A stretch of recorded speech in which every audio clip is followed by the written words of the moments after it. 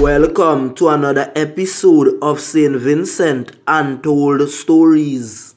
On this episode, we feature Grace Roberts. Big ups to all of my subscribers. And if you are new to the channel, please remember to like, subscribe and hit the notification bell if you wish to see more videos like these. I knew Grace very well. One of my friends used to date her. I don't know how the thing go. We woke up in a party couple times, drink up couple of beer, couple of cheap for 10 and thing. You know, it's this thing go, man. Grace hailed from the village of Cyan Hill, Sandy. You know that Sandy with pretty girl them, the girl them with the straight nose, the straight hair and the pretty color skin. And they saw Grace from. After a while, I noticed I wasn't seeing her. When I asked about her whereabouts, they told me that she was in Trinidad, living her best life. Remember I told you that earlier and I was a real top shotter and a girl wanted to marry me from Trinidad. Yes, man, a Digo Martin, the girl did live. I remember me tell you, say one of my cousins them tell me na come down a Digo Martin, cause they so wild and mean. So I saw me take the money and me not go. Well, I did so Grace go in a Digo Martin. Things were going nice and smooth for Grace. She even updated her Facebook page and said, Grace from Digo Martin. Suddenly, one day Grace left home and nobody could not find Grace. You see in villages like Sandy, the woman them over the work as hard as the man, them who send them youth them at school, them do farming, them joke potato, them the cassava, them do all kind of thing necessary. Who would them youth them to school? You see, if you're a young lady or a young man from villages like Sandy, our community is above the river. Like say for example, you get pregnant in school, and we not say that not gonna happen. Because everybody has their own choices. But see if that happen, don't blame the government or the system. You got to blame yourselves. Because these parents work on the cassava from all 7 in the morning till all 3 in the afternoon for $35 a day. $35 a day can't even buy nothing in a supermarket. But them try them best to give you break, lunch, breakfast and dinner. Let me give you a rundown of my life story. You see, when I was young and my mother sent us to school, every day we have to wash back a shirt, wash back a pants. Our break money was 25 cents a day for like 5 years straight. When we carry lunch at school, a chair we had to eat out of one bowl. We couldn't even afford the textbooks them. I used to often ask my mother, Mommy, why are we so poor? What did we do? Why they cost our family? But I was a bad lad in school. You see, when my mommy gone a tongue and thing, the neighbor them had to tie me upon the gate. Me so fight everybody, anything. Because the pressure did I get to me head. Me want come out of poverty. All them time, me a run away. At 12 o'clock, we a go pick plum, we a go pick mango, we a go pan swinging pole like dog we a do. Until one day teacher hold and hit with some chops all in our head. We say, oi, I looks like peas. Then they called us to the principal office. They say, why they run away when everybody else not run away? Mr. Teacher, from morning me not eat, you know. Them time they what you call real poverty. Sometimes my mommy not get nothing for cook. I do some banana and some chicken fat in a lytyle. When you come to school, your lips shine like a Vaseline grease. Everybody laugh after you. How his mouth shine so and pig. You remember that at time when you come to school, them a give you a cup of milk and some ginger biscuit. Me was so lactose intolerance, me would throw away the milk. Cause me not accustomed to milk, me accustomed to bush tea and sugar water. So it didn't affect my stomach. That was real poverty. If you went to school before the universal education, and I'm talking about primary school, you should remember this. You remember them did sell some shoes, some big Rico and some big A. When you hear your mommy grease them down and grease down your face, you look like a youth coming out of the African tribe. Them a laugh, them a say your boots big like this banana boat. In that time, there was no universal education. You either had to place a pass to go into a secondary school. So the teacher talked to me and tell me, youth, a one way out of poverty, a education and skills, buckle up on yourself. And you see back then, most families used to go through hard times, so nobody couldn't help nobody. Nobody now they forgive your short, forgive your pants. So you have to weigh what you got. If you got one, and that you have to beat whole week. until it turn white, it wash out. The amount of washing you put on it. You see now, you have a system called universal education where every youth has a chance to go to a secondary school. I just recently me hear youth a tell him, mommy, me not go to school if me not get Nike shoes and a John Sport book bag. Me want know if a John Sport book bag a Nike shoes and make ghetto youth learn. I have a friend right now, he's a member of the Black Squad. You see when him did a come to school, all I wish to roll together. The man pants a some hole. Just like a rat hole it and wolf hole in your mum up.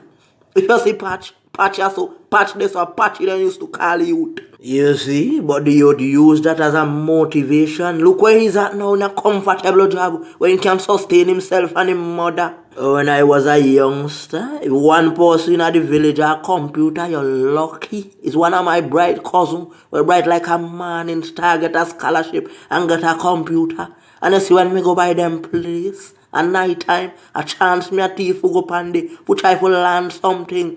Cause I noticed technology was becoming the new in thing. And now in this day and age, every youth has a phone, every youth has a computer, every youth have a tablet. And still St. Vincent is way behind when it comes to technology. When I check my analytics, I noticed that there are a lot of parents locked on to St. Vincent Untold stories because I can see the age groups of who are watching. My mother wasn't the brightest of all persons, but you see when we got home at 3 o'clock, she makes sure to check our books in our book bag.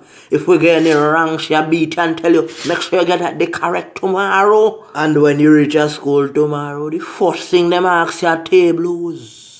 And you see if you get any wrong, a 6 high best. Ply. 6 sharp like your hand will bust out. So you have to make sure you read up your thing, you do up your homework and you know your mathematics. One time we did day in a class and a teacher asked a boy, 4 times 5. The man said 13. The man do so ply, 13 sharp. From that, he never get that wrong in his life again. Vibes Cartel have a song coming out. And in the intro he says, you know I lick up it, me nigga use pencil and big people use pen. Cause when you lick up it me, things could erase. But see when you reach big man and big woman, things can erase again. You see, a lot of youths don't know what is going on behind the scene. You see when enough of them Starbucks, like Jay-Z and Beyonce them, you know what them a do from them get to stardom? Them a go back to school and try get some kind of degree. That happens behind the scene, but you not see it. You only see the life them live on social media. Most of we public figures have an education, have some skills to back up. That's why we could do anything on the media and get away. You have to get that first. When I was younger, I ended up in a bad situation. You know, me used to roll with some bad charge, them a mash works, so I would talk to them. The boy them slap out your teeth, all thing, or the boy them wicked. One time they go mash a works and I was not there. But you me I walk with bad company, my name get call up and then pick up all of it. You know, in magistrate say, me have a mind give them 15 years of jail. But you see, through me have a little education, me use me head. And me carry them and them come sip on me bin. So that them know I had an alibi and I saw me get away. You see, when I was going to school, I used to always get awards for my essay. So nothing me I just come here come talk. Me get me little thing on the side first. You see, if I didn't get a little thing upstairs, I'll now me there prison to 15 years for something me not know about. And I have plenty man end up in them situation. They do hard time for nothing they know about. But because I'm not here when mommy say go to school and take in a little thing, it would have to come in and then get a job right away, could help you in the long run. There are a lot of schemes now going on social media. And you young ladies need to be very careful. There's something that you call human trafficking going around right now. Where somebody offers you a job, buy your plane ticket and give you money. And you say by the time you reach, you end up in a room. And you go get used by many men. One young lady from St. Vincent testified that the same thing happened to her. And by the time she reached in the room, they gave her a substance and she was knocked out. She couldn't even remember anything. All she remembered was a man, the pantapashi. She said all 10 men are coming at the room at daytime. Lawyers, doctors, teachers, policemen. We have to be careful in other society. Because you don't know who is who for trust. Many times we have tried to cast a shadow on Trinidad and Tobago. But you see, you have to have on your brain. When you go into a foreign country, you have to be very technical and smart. You have to observe your surroundings. It have criminal activities going on all over the world. Places like New York, places like Canada. But the people them still are survive. Because they observe everything that's going on around them. When you go to a foreign country and your papers ain't straight, why you are going out to parties with friends? Relax a while until your thing come true. Humble. Take for example, someone's child from the upper class goes missing. You notice the police are up on it immediately. You notice them hire private investigators because them are going to put out their money. But see, from you are from a poor class of family, your family can't afford to put out their money. That's why when you have certain things in our life, you have to stay humble. You see, there have a case going on right now in Trinidad where a young lady went missing. You notice what's going on? Police now leave no corners, no stones unturned. That would tell you. You see, if you sell them, say one man jump off a chair and lash him head and gone a dove cat.